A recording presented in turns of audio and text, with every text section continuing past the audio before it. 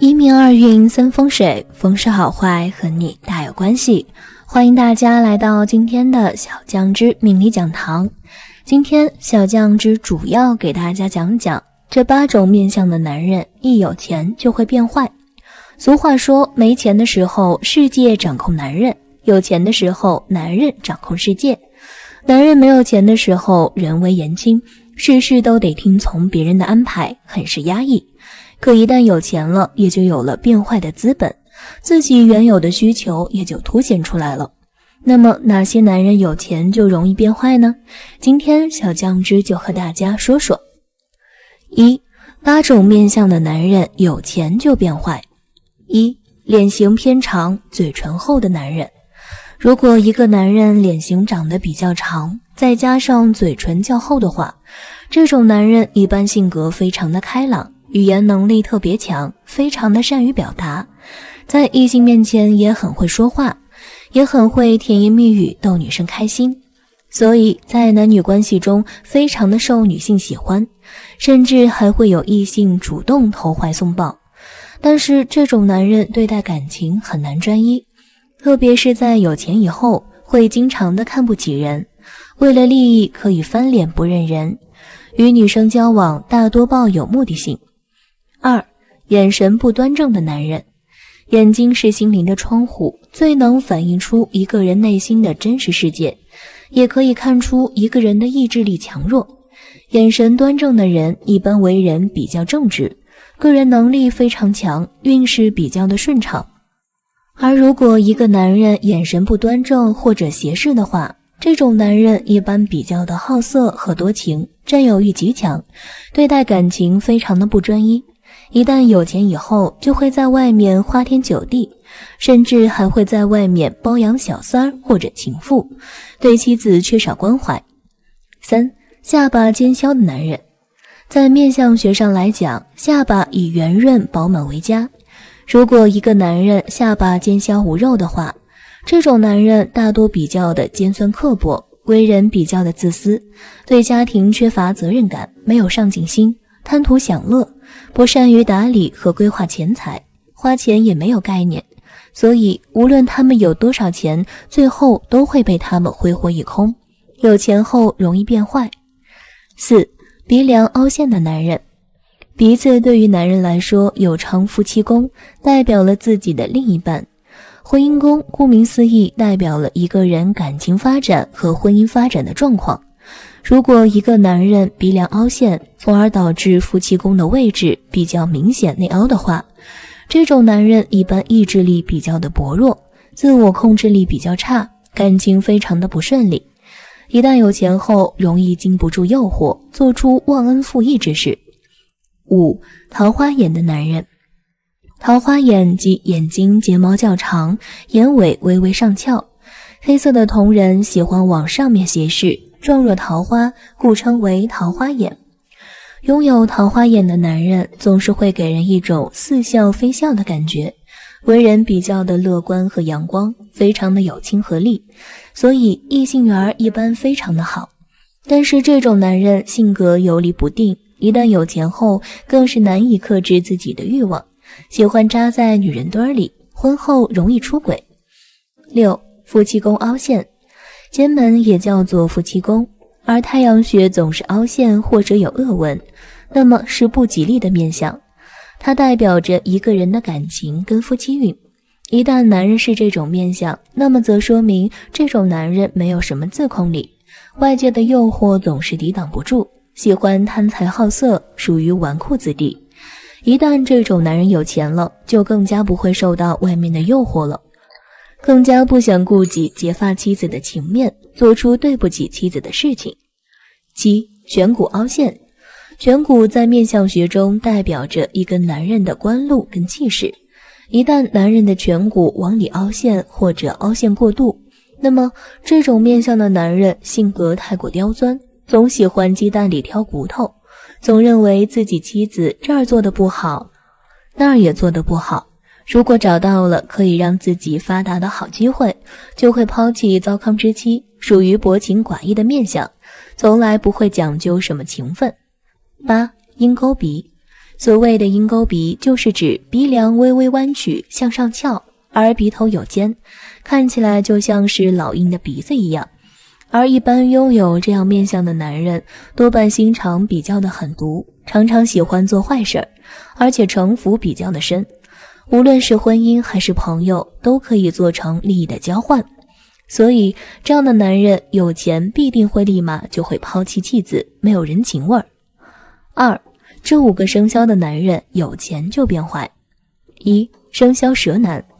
属蛇的男人外表冷漠沉着，不善言辞，不太喜欢用语言来表达自己，但实际上内心狂热，充满激情。自己没钱的时候十分低调，在家里面也是人微言轻，说什么人家都不太在意，也不会把他们的想法放在心上。他们自己也就像是狩猎人一样，时时刻刻都是处于备战状态，一触即发。属蛇的男人没钱的时候不喜欢去参加活动，也不愿意跟朋友聚会，但是等到自己真正强大起来，有了钱以后，整个人都发生了天翻地覆的改变。原先不敢说的话，不敢做的事儿，一下子有了底气，甚至变得肆无忌惮，会去做一些让人无法理解的事情。他们有钱和没钱时可以说是判若两人，也是属于最容易变坏的类型。2. 生肖牛男。属牛的男人给人的印象一直就是他是稳重、成熟可靠，看起来比较的实在，但实际上却很精明能干。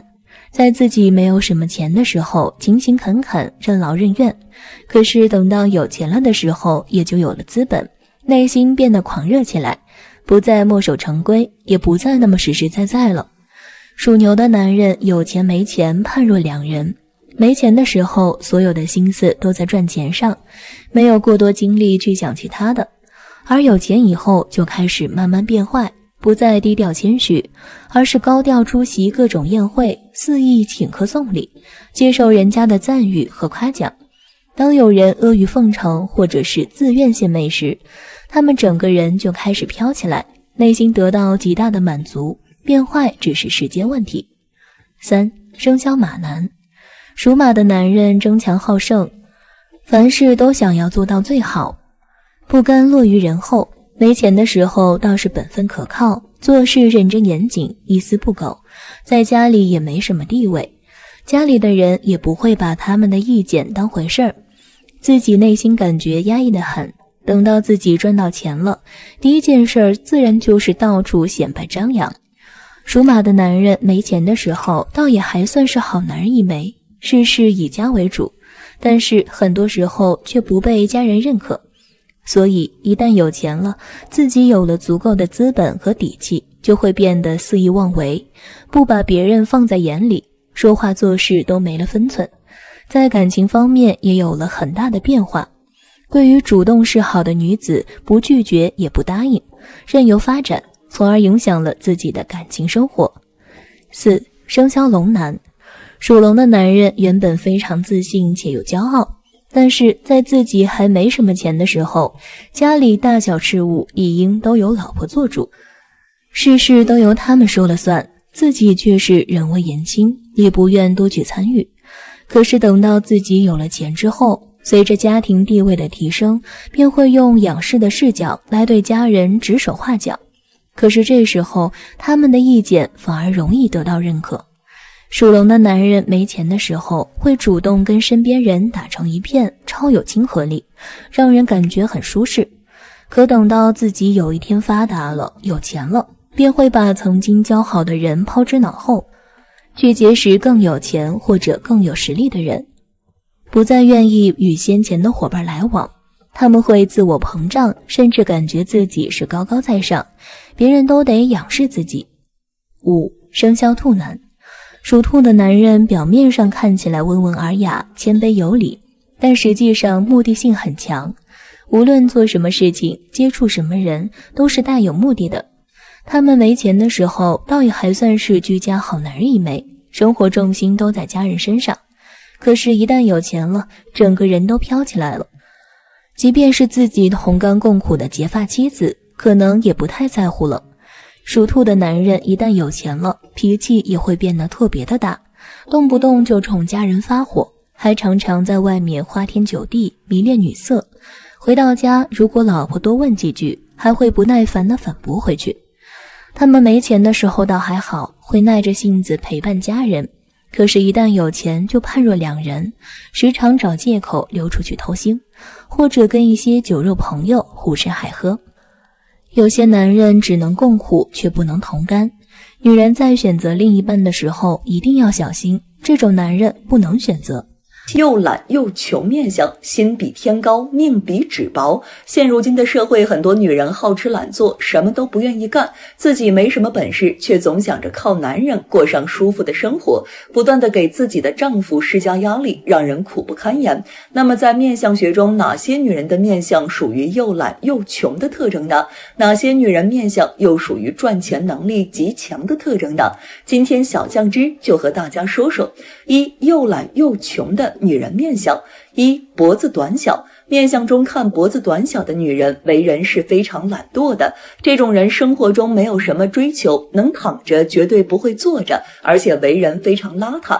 他们懒到连自己的房间都懒得收拾整理，也不注重打扮，形象非常的邋遢。而且这种女性在对待工作的时候非常散漫，没有上进心，得过且过，能够偷懒就偷懒，不学无术，不但不会进步，而且还会退步。这种女性在职场中是没有出头之日的，而且因为自己的懒惰，经常导致工作出错，最后被辞退。换工作也是常有的事情。生活中总是幻想着自己要过好的生活，但从来都不付诸努力。生活中是典型的好吃懒做的人。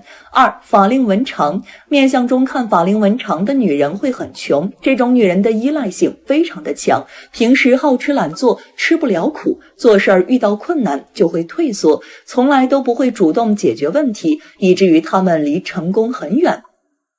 即使有机会摆放在他们面前，他们也抓不住，所以这种人很难会有好的发展，为人过得是很贫困的。未来结婚之后，他们也不懂得过日子，有钱的时候就会挥霍无度，喜欢攀比，会增加自己丈夫的压力，自己从来不帮忙分担，以至于婚姻很容易破裂，自己就一无所有，被赶出去了。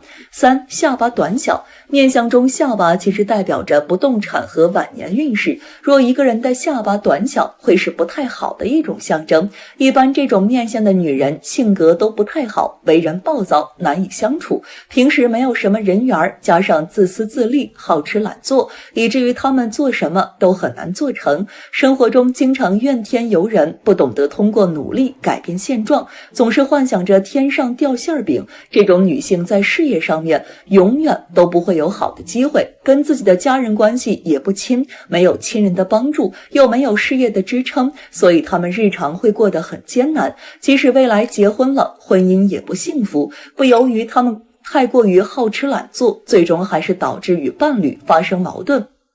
四、眉毛短无尾。眉毛面相对于我们来说是很重要的，眉形生得好看的人，他们的运势也都不错。而如果一个人的眉毛生得短且没有眉尾，那么这面相的女人性格不是很好，脾气比较大，遇到事情容易与人争吵，情绪波动很大，他们做事儿从不考虑别人的感受，人很懒，还没有人情味儿，与家人关系都很差。这面相的女人就是一个好吃懒做且命运很不好的一个人。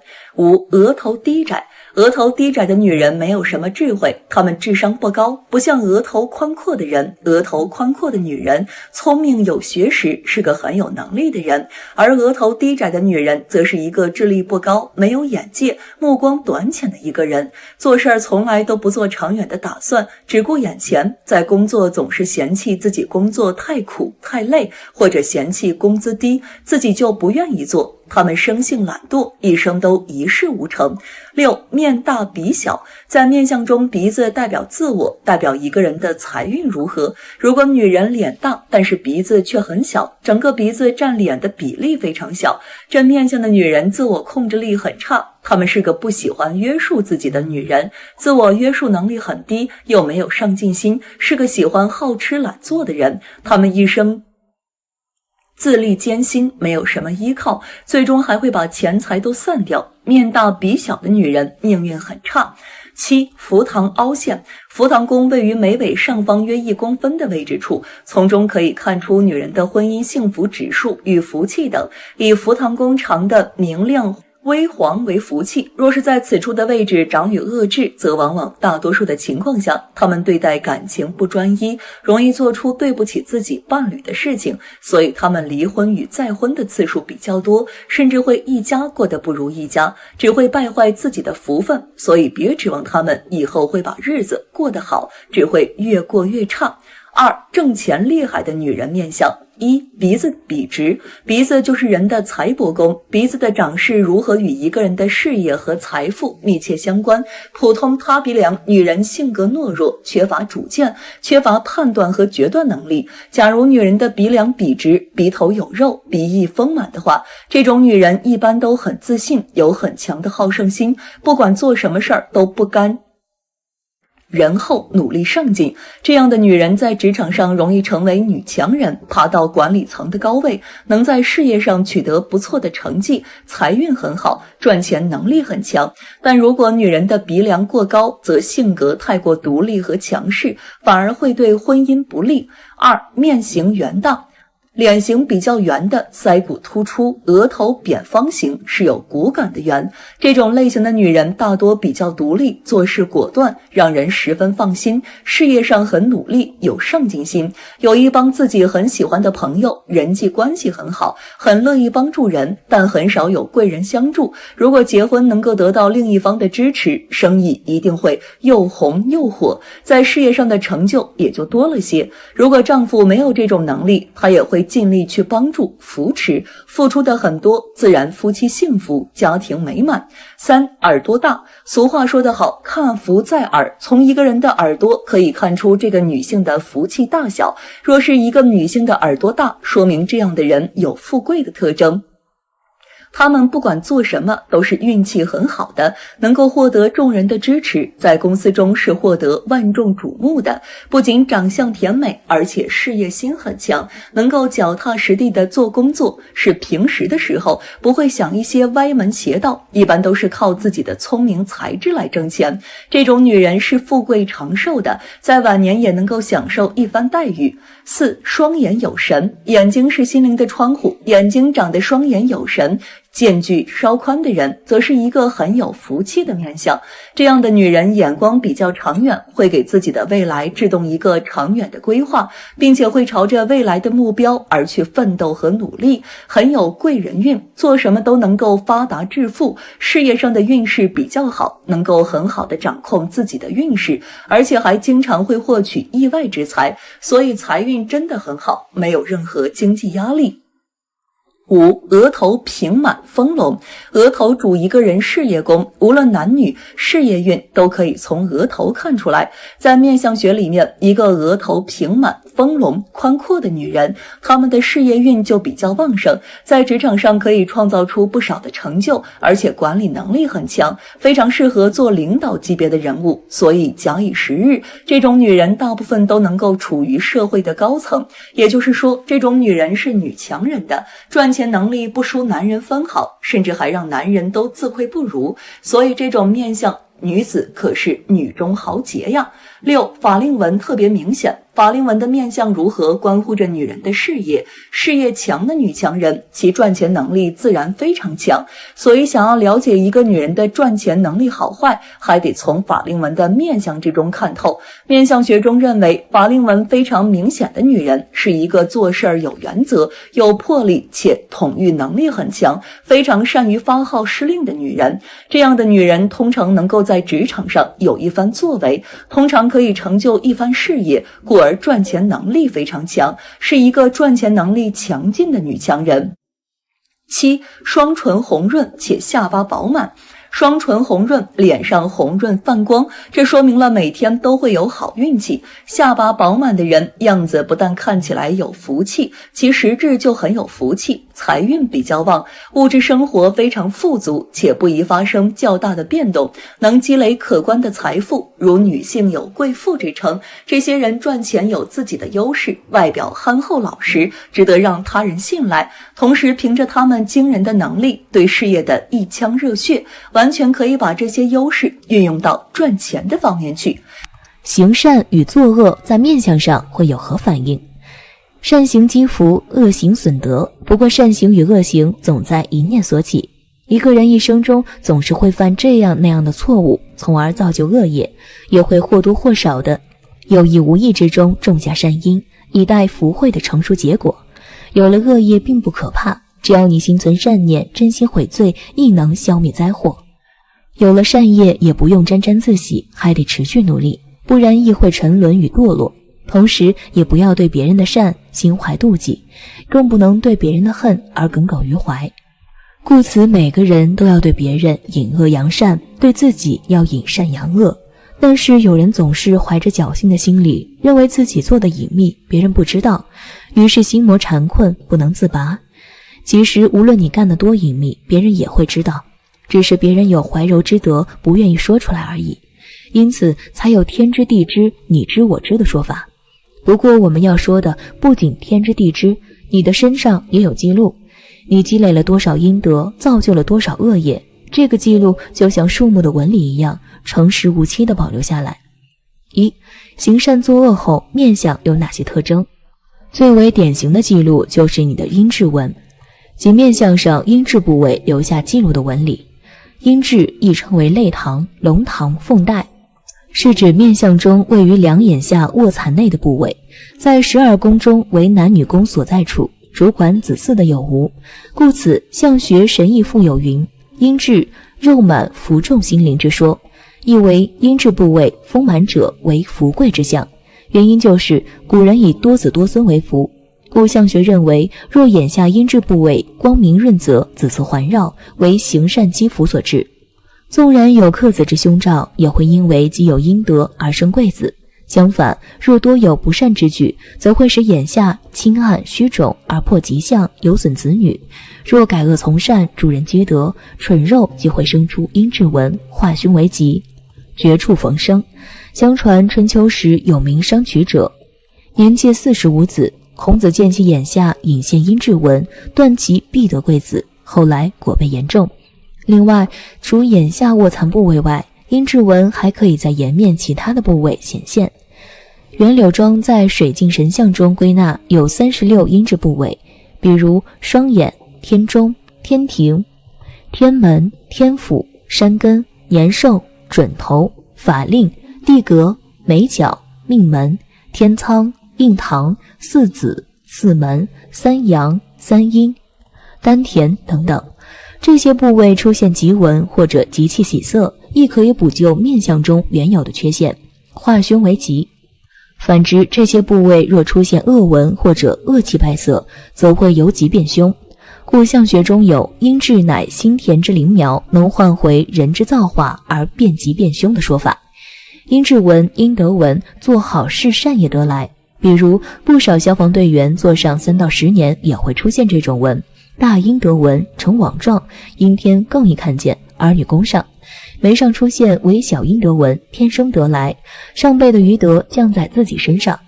一个人不论是做了亏心事儿还是善事儿，面相上都有相应的纹相出现。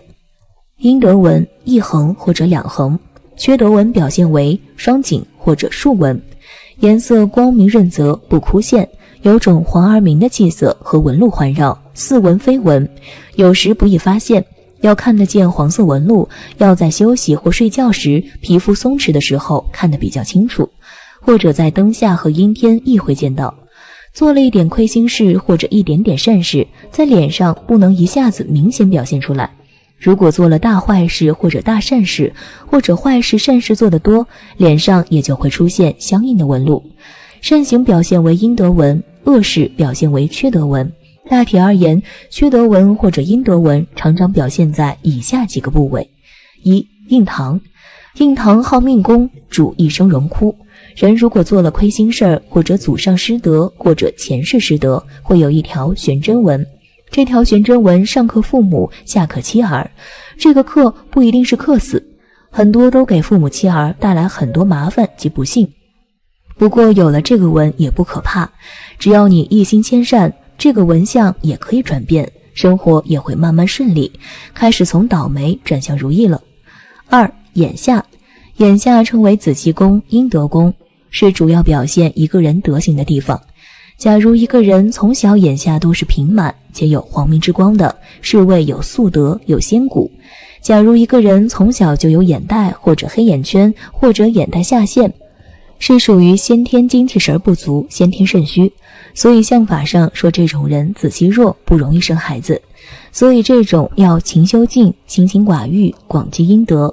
广积阴德，做了很多善事的人，眼下会有一重或者二重或者三重细如丝的细纹，此纹系有光泽优美，是名阴德纹。若果善人行善，广利众生，眼下就会出现此纹。如若你经常行善，眼下出现了阴德纹，那么恭喜你，这是增福延寿、子贤孙贵之征兆。如果你常行不善之事，或者发不善之心，眼下就会发黑下陷。发黑下陷还是一般的，真正严重的是眼下出现竖纹，如针刺眼，此乃克子行孙之征兆。3. 脖子光亮，人要长生不老，青春常驻，脖子上的喉轮要打开。如果一个人的喉轮打开后，不管是100岁、200岁，脖子上都是不显老的。4. 法令纹，法令纹也是表现一个人德行的纹，此纹一般在中年后才出现。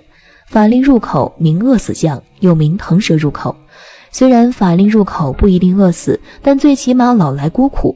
此纹是随人的心态行为变的，行恶则入口，行善则可以把腾蛇入口变为贴口延长至下巴。这种法令称为寿带。如果你的长辈有这种法令入口纹，不要紧，反省忏悔，常行诸善，法令自然会延长过口。如果原先只有一条法令，后来行善改过后，在原先的法令上像树枝一样又生出一条，名双龙出海，既寿又富贵之兆，乃善业福报。5. 延寿毛相，如果一个人一生行善，不悔不疑，至晚年眉尾会生出3、5条特长的眉毛，此眉名五彩眉，乃德重望重，延年益寿之征兆。右耳内生毛，乃高寿吉祥之兆。又比如中老年人头发从额头日月角开始向后脱发，亦是吉兆。如果中老年头发从头顶百会穴处向前脱发，从里到外脱发，乃凶兆，德行欠缺之象，当止恶行善，转厄运为吉祥。当然还有很多地方可以得知自己已经通过行善或者作恶改变了命运，但篇幅有限，略作提醒，以期众人了解命运乃是自己所做今生前世善恶因果报应所致。只要自己一生弃恶迁善，广利众生，命运也完全可以掌握在自己手中。2. 如何积累阴德？ 1. 孝，百善孝为先。孝的意义一般表现为孝顺、孝敬等等。孝顺指为了回报父母的养育而对父母权威的肯定，从而遵从父母的指点和命令，按照父母的意愿行事。还有一句话是这么说的：天地父母，父母被摆在极高的位置，更有孝敬父母胜过求神拜佛的说法。佛说有福的人请100个持戒高僧大德，100个仙人，100个朋友到装满七宝的地方，供养100千种上妙真善，垂璎珞，以百宝装，严床卧具，以百药治疗病。就这样做100千劫，意义万万年。这样得到的福德，还不如一念孝顺心，用一丁点的东西供养自己的父母，侍奉自己的父母，不如供养父母功德的100千万分之一。圣严法师还专门撰文，父母是家里的佛，说明了供养父母是一种福报。2. 救人性命，正所谓救人性命胜造7级浮屠。小江之一直很尊重救命的医生、护士、消防、公安及其他工作中、生活中对待生命能伸出援手的人。佛教大正藏经集部佛说卖艺经中佛云：做百佛寺不如活一人，但后面又说了，活10方天下人不如守一日，人得好意，积福能量。其实这里的意义在于突出善念比善行更重要，因为善念之后一定会有善行。民间以救人性命为大功德，往往你救了一命，这家人往往感恩戴德，会一辈子以你为至亲来祈福、善待、交往。3. 修桥铺路，不管是官方还是民间，都会说修桥铺路是造福子孙后代的大功德。只因修桥能渡千万人，铺路能利万千人，所以我们现在在各处集资修桥修路的地方，都很容易看到镌刻着出资人名字的功德碑。在大理州建川县有座与金沙江上铁链桥同名的风雨桥金龙桥，桥亭上也有一副楹联：崇圣怀德寸心朝日月，修桥铺路因智继儿孙。由此可见一斑。4. 放生。最简单的理解，放生其实就是救命。所不同的是，救的是非人类的命。中国受到佛教思想的熏陶，以众生平等的角度去阐释了放生的意义。在信佛的人看来，放生才是最大的功德，因为你的一次放生救的可是数量级的命。在民间习俗中，放生是经常被用来消灾化恶的一种方法。有些地方会用大规模的放生仪式，以救命抵命的方式来帮助那些身陷重疾、命里多灾多难的人。其实风水也好，命理也好，都要求我们心怀正念。风水命理的调整、声望，这些都是建在正念的基础上，让你好上加好。如果你是满心邪念，尽想歪门邪道、坑蒙拐骗，甚至用歪道邪术来达到你的目的，结果都不会很好，都会以失败而告终，而且必然会付出相应的代价，得到相应的果报。好了，今天的分享到这里就结束了，希望大家能够喜欢。记得给小酱汁点点关注和小铃铛，小酱汁会继续给大家分享更多有趣的内容。我们下期再见。